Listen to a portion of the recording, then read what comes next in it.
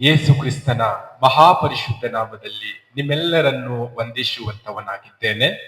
Price the lord. Shalom. ಈ ಬೆಳಗಿನ ಜಾವದಲ್ಲಿ ವಾಕ್ಯ ಓದಿಕೊಳ್ಳೋಣ. ಜ್ಞಾನೋಕ್ತಿಗಳು 17ನೇ ಅಧ್ಯಾಯ 1ನೇ ವಚನ ಓದಿಕೊಂಡು ಸ್ವಲ್ಪತ್ತು ಧ್ಯಾನ ಮಾಡಿಕೊಳ್ಳೋಣ. ವ್ಯಾಜ್ಯದ ಮನೆಯಲ್ಲಿ ತುಂಬಿದ ಔತಣಕ್ಕಿಂತಲೂ ಸಮಾಧಾನದ ಒಣತುತ್ತೆ ಲೇಸು. ಸಂದೇಶದ ಶಿರೋನಾಮೆ ಸಮಾಧಾನ ಎಂಬುದಾಗಿ. ಈ ಸಮಾಧಾನ ಯಾರಲ್ಲಿ ಇರುತ್ತದೆ, ಈ ಸಮಾಧಾನ ಯಾಕೆ ಇರಬೇಕು ಎಂಬುದಾಗಿ ಈ ಸತ್ಯವೇದದ ಮೂಲಕ ನಾವು ತಿಳಿದುಕೊಳ್ಳುವಂತವರಾಗೋಣ. ಈ ವಾಕ್ಯದಲ್ಲಿ ನೋಡುವಾಗ ಈ ವಾಕ್ಯ ಈ ರೀತಿಯಾಗಿ ಬರೆಯಲ್ಪಟ್ಟಿದೆ. ವ್ಯಾಜ್ಯದ ಮನೆಯಲ್ಲಿ ಔತಣಕ್ಕಿಂತಲೂ ಸಮಾಧಾನದ ಮನೆಯಲ್ಲಿ ಒಣತುತ್ತು ಲೇಸು ಎಂಬುದಾಗಿ ವಾಕ್ಯದಲ್ಲಿ ನೋಡುತ್ತಾ ಇದ್ದೇವೆ. ಪ್ರೀತಿಯ ಸಹೋದರ ಸಹೋದರಿಯರೇ, ನಾವು ಈ ಒಂದು ದಿನದಲ್ಲಿ ಲೋಕದಲ್ಲಿ ಜೀವಿಸುವಾಗ ಯಾವ ರೀತಿಯಾಗಿ ಜೀವಿಸುತ್ತಾ ಇದ್ದೇವೆ? ಔತಣ ಇರ್ತಕ್ಕಂಥ ಮನೆಯಲ್ಲಿ ವ್ಯಾಜ್ಯ ಇರುವಾಗ ಅದಕ್ಕಿಂತಲೂ ಸಮಾಧಾನದ ಒಣತುತ್ತೆ ಲೇಸು ಎಂಬುದಾಗಿ ವಾಕ್ಯದಲ್ಲಿ ನೋಡುತ್ತಾ ಇದ್ದೇವೆ.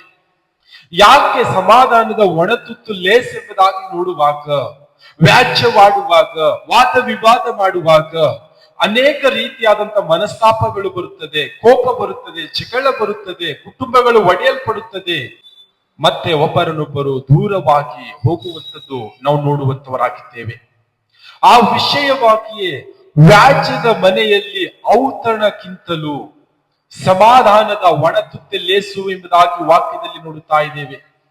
ಪ್ರೀತಿಯ ಸಹೋದರ ಸಹೋದರಿಯರೇ, ನಾವು ಈ ಲೋಕದಲ್ಲಿ ಜೀವಿಸುವಾಗ ನಮಗೆ ಅನೇಕ ಬಾರಿ ನಮ್ಮ ಕುಟುಂಬದಲ್ಲಿ ಆಹಾರ ಸೇವನೆ ಮಾಡುವುದಕ್ಕಾಗಿ ತುಂಬಾ ವಿಶೇಷವಾದ ಆಹಾರ ಪದಾರ್ಥಗಳು ಇದ್ದಾಗ ನಾವು ಮನೆಯಲ್ಲಿ ವಾದ ವಿವಾದ ಮಾಡುತ್ತಾ, ಕೋಪಗಳು ಮಾಡಿಕೊಳ್ಳುತ್ತಾ, ಜಗಳವಾಡುತ್ತಾ ನಾವಿರುವಾಗ ಆಹಾರ ನಾವು ತಿಂದಾಗಲೂ ಕೂಡ ನಮಗೆ ಸಮಾಧಾನ ಇರುವುದಿಲ್ಲ, ನಮಗೆ ತೃಪ್ತಿ ಇರುವುದಿಲ್ಲ.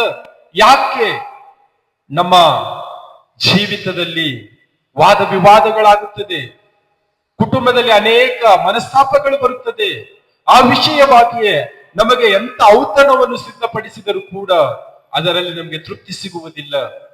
ಆ ವಿಷಯವಾಗಿಯೇ ಸಮಾಧಾನದ ಒಣತುತ್ತೆ ಲೇಸು ಎಂಬುದಾಗಿ ವಾಕ್ಯದಲ್ಲಿ ನೋಡುತ್ತಾ ಇದ್ದೇವೆ. ಈ ಒಂದು ದಿನದಲ್ಲಿ ನಮ್ಮ ಜೀವಿತದಲ್ಲಿ ವಾದ ವಿವಾದ ಇರುವುದಾದರೆ, ನಮ್ಮ ಜೀವಿತದಲ್ಲಿ ಆ ರೀತಿಯಾದಂತ ಯಾವುದಾದರೂ ಗುಣಲಕ್ಷಣಗಳು ಇರುವುದಾದರೆ, ಈ ಒಂದು ದಿನದಲ್ಲಿ ನಾವು ಬಿಟ್ಟವರಾಗಿದ್ದುಕೊಂಡು ಸಮಾಧಾನವಾಗಿದ್ದುಕೊಂಡು ಒಣತುತ್ತನ್ನು ತಿಂದರೂ ಕೂಡ ನಾವು ಸಂತೋಷದಿಂದ, ಪ್ರೀತಿಯಿಂದ, ಅನ್ಯೋನ್ಯತೆಯಿಂದ, ಕರುಣೆಯಿಂದ ನಾವು ಜೀವಿಸುವಂತವರಾಗೋಣ. ನಮ್ಮಲ್ಲಿ ವಾದ ವಿವಾದ ಇರುವಾಗ ನಮಗೆ ಎಂಥದೇ ವಿಶೇಷವಾದ ಆಹಾರ ಪದಾರ್ಥ ಇದ್ದರೂ ಕೂಡ ಅದನ್ನು ನಮಗೆ ಸೇವಿಸಿದಾಗಲೂ ಕೂಡ ಸಮಾಧಾನ ಇರುವುದಿಲ್ಲ, ಸಂತೋಷ ಇರುವುದಿಲ್ಲ, ಪ್ರೀತಿ ಕರುಣೆ ಇರುವುದಿಲ್ಲ, ಮನಸ್ತಾಪ ಇರುತ್ತದೆ, ಕೆಟ್ಟ ಆಲೋಚನೆ ಇರುತ್ತದೆ. ಈ ರೀತಿಯಾದಂತ ಔತಣವನ್ನು ನಾವು ಸೇವನೆ ಮಾಡುವುದಕ್ಕಿಂತಲೂ ಸಮಾಧಾನದ ಒಣತುತ್ತನ್ನು ತಿನ್ನುತ್ತಾ ನಾವು ಸಂತೋಷದಿಂದ ಜೀವಿಸುವಂತವರಾಗೋಣ. ಪ್ರೀತಿಯ ಸಹೋದರ ಸಹೋದರಿಯರೇ, ಈ ಒಂದು ದಿನದಲ್ಲಿ ಸುಂದರ ಸಮಯವಾಗಿದೆ. ಈ ವಾಕ್ಯದ ಮುಂದೆ ನಮ್ಮನ್ನೇ ನಾವು ತಗ್ಗಿಸಿಕೊಳ್ಳೋಣ. ನಮ್ಮ ಮುಂದೆ 2 ಮಾರ್ಗಗಳಿದೆ. ಒಂದು ವಾದ ವಿವಾದದ ಮಾರ್ಗ ಇದೆ, ಇನ್ನೊಂದು ಸಮಾಧಾನದ ಮಾರ್ಗವಿದೆ.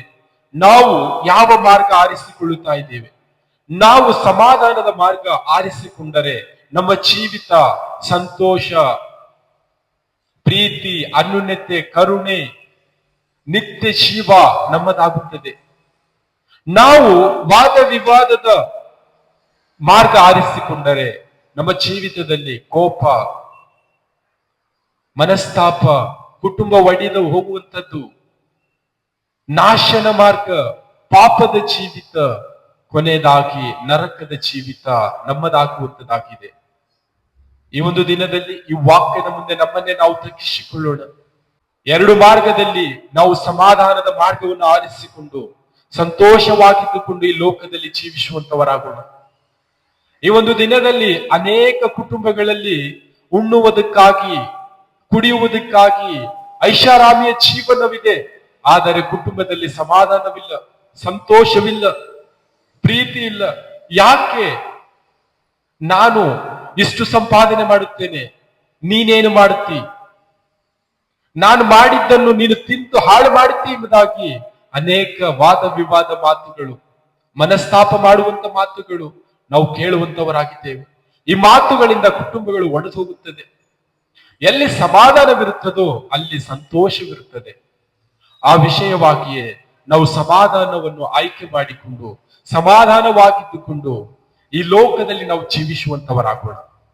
ಇನ್ನು ಯಾರೆಲ್ಲ ಈ ಲೋಕದಲ್ಲಿ ವಾದ ವಿವಾದ ಮಾಡುತ್ತಾ, ಮನಸ್ತಾಪಗಳು ಮಾಡುತ್ತಾ ಕುಟುಂಬಗಳು ಒಡೆದುಕೊಂಡು ಜೀವಿಸ್ತಾ ಇದ್ದಾರೋ ಆ ಮಕ್ಕಳಿಗೆ ಈ ಸತ್ಯವೇದದ ವಾಕ್ಯವನ್ನು ತಿಳಿಸಿ ಹೇಳುತ್ತಾ, ನಿನ್ನಲ್ಲಿ ಅನೇಕ ಆಸ್ತಿ, ಅಂತಸ್ತು, ಐಶ್ವರ್ಯ ಇರಬಹುದು, ಆದರೆ ನಿನ್ನಲ್ಲಿ ವಾದ ವಿವಾದ ಇರುವುದಾದರೆ ನಿನಗೆ ಅದು ತೃಪ್ತಿ ಅಲ್ಲ, ನಿನಗೆ ಸಮಾಧಾನವಲ್ಲ, ನಿನಗೆ ಸಂತೋಷವಲ್ಲ ಎಂಬುದಾಗಿ ಈ ವಾಕ್ಯದ ಮೂಲಕ ನಾವು ತಿಳಿಸಿ ಹೇಳುತ್ತಾ ಅವರಿಗೆ ಸಮಾಧಾನದ ಕಡೆಗೆ ನಡೆಸುತ್ತಾ, ಸಂತೋಷದ ಕಡೆಗೆ ನಡೆಸುತ್ತಾ, ಯೇಸು ಕ್ರಿಸ್ತನ ಪ್ರೀತಿಯ ಕಡೆಗೆ ನಡೆಸುತ್ತಾ ಈ ಲೋಕದಲ್ಲಿ ನಾವು ಜೀವಿಸುವಂತವರಾಗೋಣ.